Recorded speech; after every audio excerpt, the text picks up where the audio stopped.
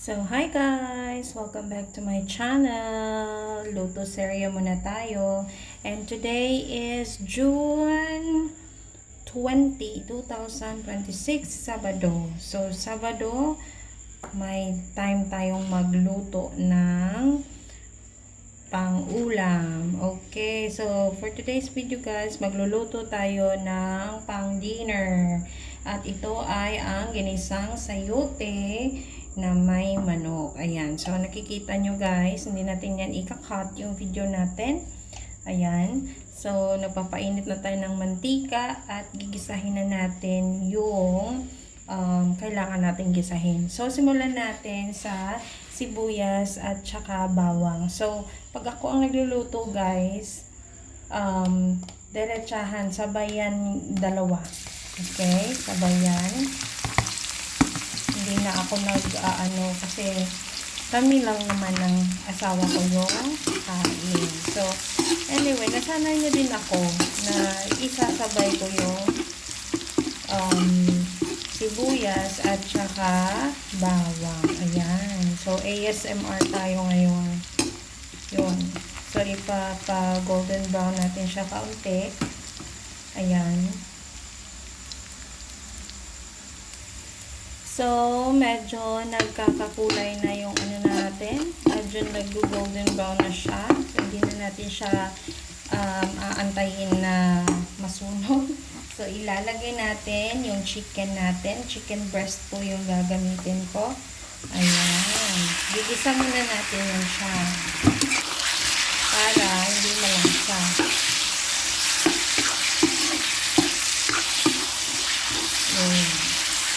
So, chicken breast lang guys. Yung gagamitin. Yung ginagamit ko ngayon. Ayan. So, hindi tayo magka-cut ng ating video. Not unless need ko siyang, i-stop ko lang siya pag need ng medyo maraming time sa pagpapakulo, for example, ganyan. So, ito, wala. So, kumusta kayong lahat, guys? Pasensya na po. Back to luto serya muna tayo.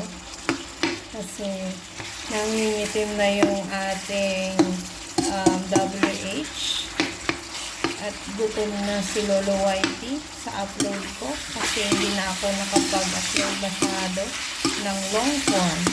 Nagpo-focus kasi ako sa short videos kasi wala na akong time mag-edit, kaya sabi ko kanina hindi na ako magka-cut nitong video na to. Ayan.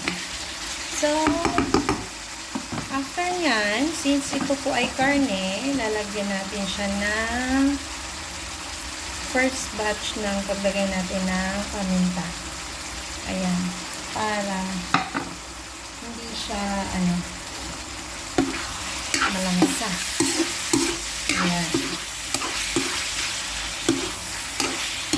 And, habang niluluto natin yung karne, lalagyan na natin siya ng kaunting pampalasa. Simulan natin ito. Ito. Para siyang toyo. Pero, medyo light siya. Para siyang magi-mix. At, lalagyan natin ng kaunting mamaya na yung oyster sauce. Lagyan natin siya ng kaunting suka. Ayan. Kasi, importante sa akin, sa karne, yung lasa, manuot. If you know what I mean. So, lalagyan muna natin siya ng suka.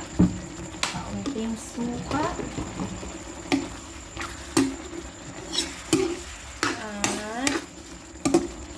Lalagyan din natin siya ng oyster sauce. Ako guys, pagpasensyahan nyo na po. Marami talaga akong maglagay ng oyster sauce. Kasi gusto kong lasado yung aking niluluto. Ayan, so usually yung iba pag nagluluto ng ganito, last part na yung timpla. Kaso gusto ko na lasado yung pati yung manuot yung lasa sa karne muna. Diba? So, ilalagay ko na advance yung ano. Tapos, syempre, nandito ako sa Thailand, nasanay akong maglagay ng patis sa mga niluluto. Ayan, so lalagyan natin siya ng patis. Ayan. Saglit lang naman ito maluto ang chicken, guys. Pero gusto kong manuot nga yung lasa niya.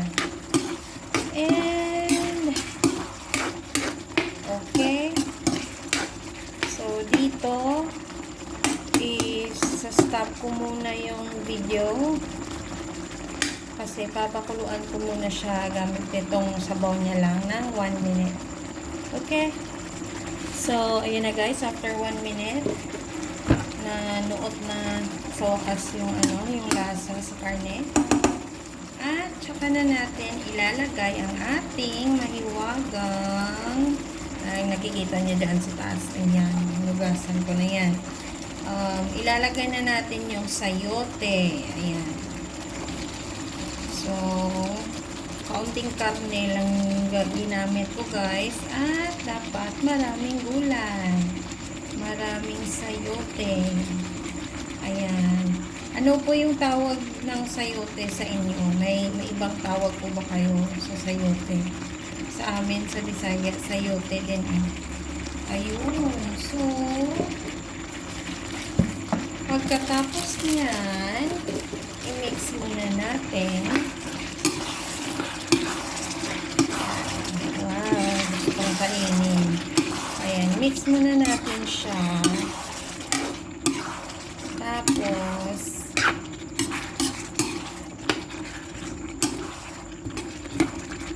lalagyan natin siya ng kaunting tubig. Kasi gusto kong masabaw-sabaw yung ginisa kong gulay. Yes, gusto ko nang masabaw. Same ng husband ko. Gusto niya ng medyo masabaw. So, nalagyan natin ng water. Yan, pampaluto na lang din ng ating sayote. Yan. At saka, hindi pa tayo tapos yan, guys, ha? Titimplahan natin yan ulit ng pepper. Kasi gusto ko medyo maanghang.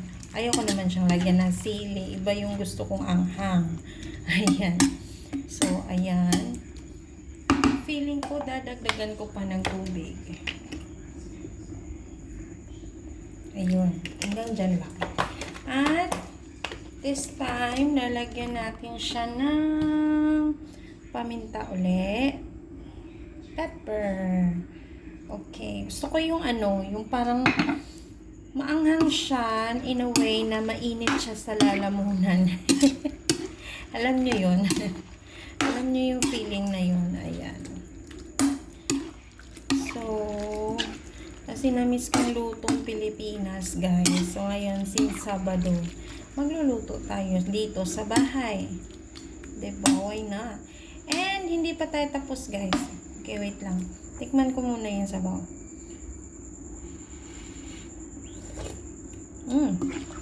Masarap. Masarap na siya. And then, nafe-feel ko na yung ng pepper. And then, lalagyan natin siya ng magic cube. Pero half lang ng cube kasi nagtimpla na tayo kanina. Ayan, ito guys. So, ipatunaw lang natin siya dyan. Ayan. Para dagdag lasa na lang din. Diba? And feeling ko, kailangan ko siyang lagyan pa ng patis. Kasi, parang nakulangan ako sa lasa. Yung lasang patis. Yan. So, lagyan natin siya ng patis pa. Yun. At pakuluan lang natin siya guys ng ilang minuto. Mga 2 minutes. Ayan. Tapos titikman natin siya ulit para ma-dissolve, totally dissolve yung nilagay kong magic cube. Ayan. So, iyan ko muna. Stop ko muna yung video dyan. Pagpatuloy natin after 2 minutes. So, na desisyonan ko guys na antayin ko siyang ano yung sabaw niya. Unti na lang. Not very unti, pero hindi yung ganito kamasabaw. Ayan. So, balik natin siya dyan para maluto din ng maayos yung gulay natin. Ayan, tignan natin.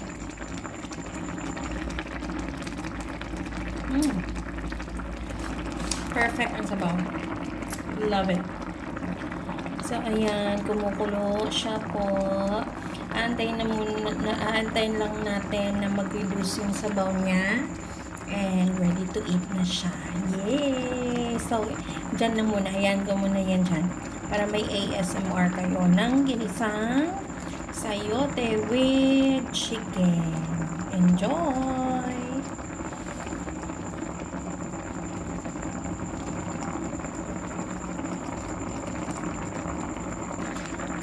So, this time guys, titikman natin yung gulay kasi baka matigas pa siya.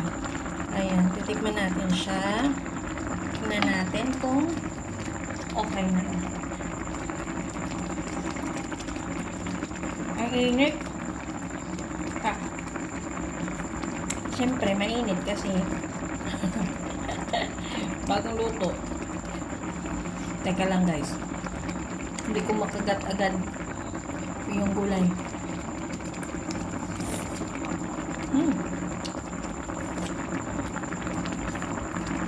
Medyo malutong pa. So, hayaan mo muna natin siya dyan. Ayan. Tikman natin ulit. Mga after 2 minutes ulit.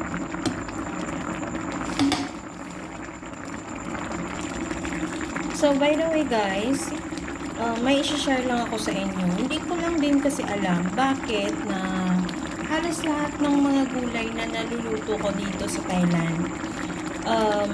Meron naman tayong ganyan. For example, ganito, itong sayote. Meron naman tayong mga ganito sa Pilipinas.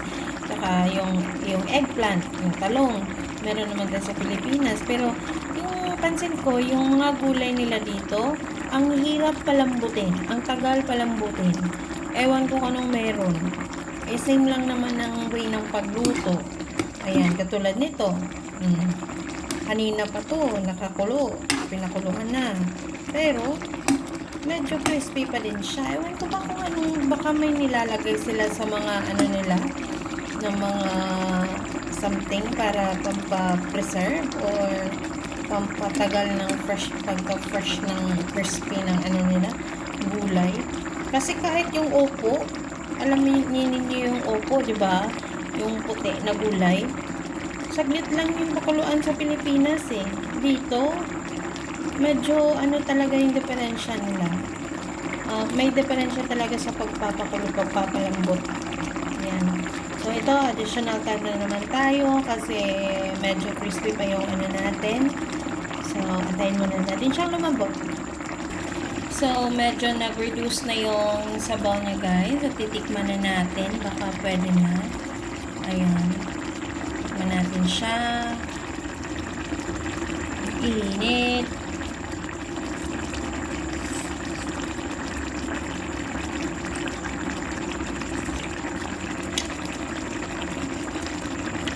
Medyo malambot na siya. Pero not that malambot. May crispy pa din siya kaunti. Tingnan nyo yung sabaw. Paubos na. So, okay, ano na natin siya. Hanguin na natin. Luto na siya guys, actually.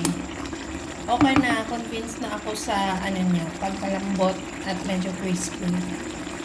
Hindi naman siya hilaw. Ayan. So, hahanguin na natin siya guys. So, bago natin siya ilagay sa lalagyanan, ano ko muna sa inyo yung closer look niya. Ayan. Sarap. Okay, so it's time to hango-hango our